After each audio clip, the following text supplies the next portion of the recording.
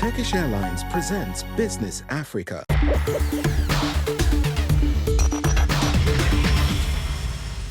Welcome to another edition of Business Africa. I'm your host, Afolake Oiloye. The top stories this week. As Africa goes digital, can the law keep up? We explore the race to build a tech-savvy legal workforce fit for a rapidly evolving digital landscape.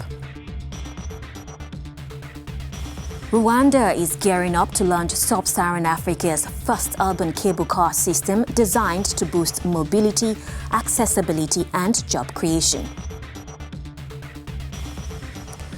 From waste to wealth in Kenya, banana farmers are turning agricultural byproducts into biodegradable air braids, merging innovation with sustainability. Africa's digital economy is booming from fintech to e-commerce and AI. But is the legal system keeping the pace?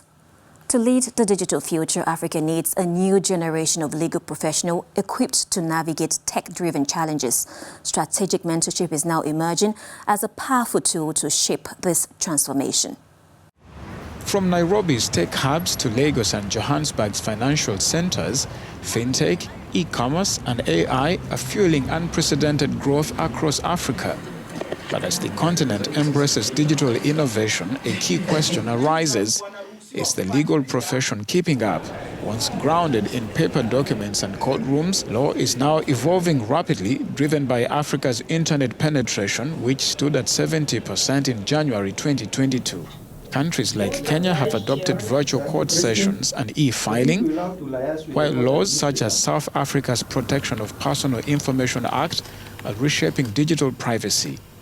AI legal tools are also making an impact, with reports showing they can cut document review time by 70%. As digital commerce, AI governance and cybercrime grow more complex, there's a rising need for tech-savvy legal professionals. Mentorship plays a vital role in bridging traditional law with emerging demands. Investing in digital legal skills and mentorship brings real gains, safer, smarter policies and greater investor and public trust. Joining us to discuss this is Dr. Tunde Okewale, award-winning barrister at Doty Street Chambers and founder of the legal charity Urban Lawyers. Welcome to the show. Now tell us, how are digital trends like e-commerce, fintech and AI shaping legal skills? What foundational talent should we develop today? The courtroom is no longer the only arena. Today's lawyer must be able to navigate code, contracts and cross-border platforms. Now, the digital economy has shifted the role of lawyers and professionals to the extent that everybody now has to be digitally fluent. Lawyers have to be able to identify regulatory risks in a startup source code. Legal minds need to understand how to structure a digital first deal, and professionals generally will be at an advantage if they have an ability to spot a hidden liability in an algorithm or an app. Africa's growth will depend on whether or not its legal talent and professional talent can move as fast as the markets are developing. Now tell us, what mentorship models works best for African businesses and legal institutions for young legal talent? I think that mentorship in Africa has to move away from favor to framework, from conversation to capacity building. It has to become mandatory, because I certainly see it as the gap between legacy and leadership. And I think that there are three ways in terms of how this can be achieved. The first is a cross-sector exchange. For example, lawyers learning from coders, creatives from policymakers, entrepreneurs from economists. I think that reverse mentoring, particularly as we're moving more towards a digital era and digital culture, will be very important. The young teaching, the elders and the more experienced about tech agility, and the more experienced teaching the youngers about architecture in institutions. I certainly feel that, as the final part, it's important that there isn't a focus solely on career progression. It's about building institutions, solving public problems, and closing systemic gaps. I think that, the mentoring that we need to be focused on, particularly in Africa, has to be around building a generation of system thinkers who can lead across different industries. How does investing in digitally savvy talent and mentorship help African businesses and governance? you can't scale what you can't regulate, and you can't regulate what you don't understand. Whether it's a fintech startup or a national data policy, everything depends on legal and regulatory clarity. When we invest in digital talent, especially within the legal and policy fluency, we unlock safer, faster deal making, smarter, future-proof policies, more investor confidence and public trust. And it's not just about legal training, it's about equipping decision makers who can protect value, anticipate risk, and keep growth ethical. I certainly feel that for Africa, it's just demonstrating that we're not only open for business, but we're built for it. I'd like to know, how can African legal professionals work with you and urban lawyers to lead Africa's digital legal transformation? Certainly, the one wish that I have is for urban lawyers to have a presence in Africa. For me, that's one of my dreams, and it's one of my kind of long-term ambitions to build up the charity and to be operating along the lines that we are in the United Kingdom. So that's certainly one thing. So organizations that have a common purpose in terms of making that happen, I welcome and I'm open to that dialogue. I certainly feel that in terms of more specific things, businesses can co-create internships and regulatory clinics. Law firms can partner. We can create secondments, legal content and mentoring programs. And aspiring professionals can create a network where we can lead projects and have a knowledge share across the diaspora. Dr. Kigali, thank you so much for those insights. Thank you for having me.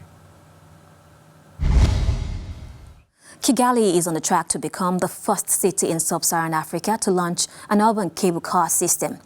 This $100 million initiative, supported by the African Development Bank, aims to reduce traffic congestion, cut carbon emissions, and promote social inclusion. Have a look.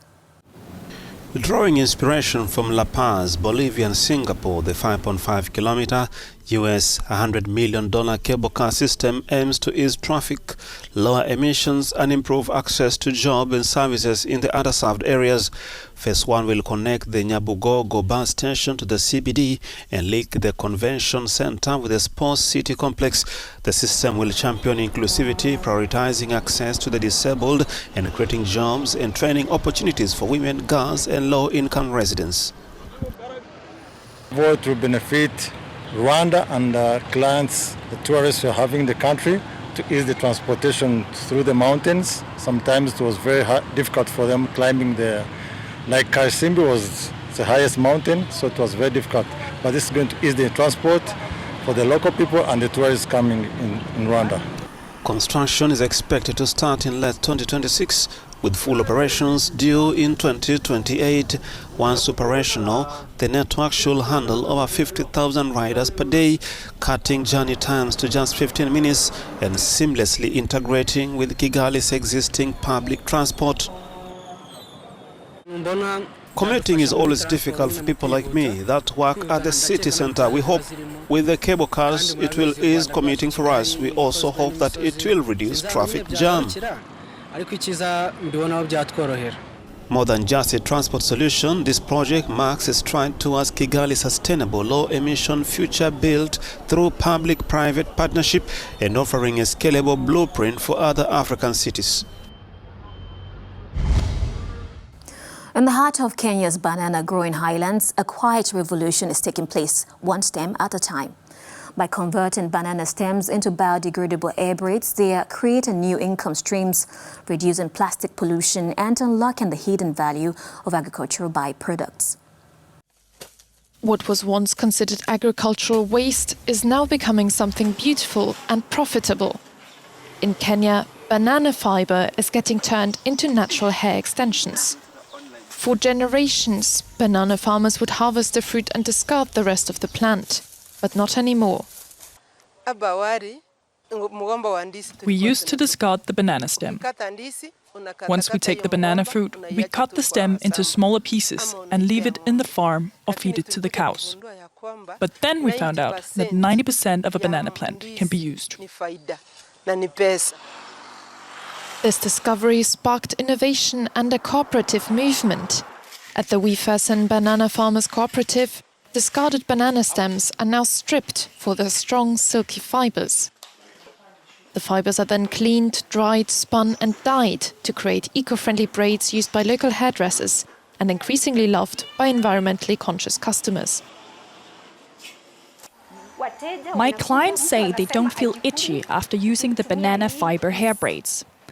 This braid doesn't tangle when braiding, and it's easy to use. These natural braids are biodegradable, durable, heat-friendly and offer a sustainable alternative to synthetic hair, most of which is made from plastic and contributes to long-term pollution. And beyond environmental benefits, the Banana Fiber project is creating jobs, empowering women and giving farmers a new revenue stream. It is testimony to the idea that sustainability and innovation can go hand in hand. That wraps up this edition of Business Africa. Thank you for watching. For more business stories and updates, stay tuned to Africa News and Africanews.com. See you soon.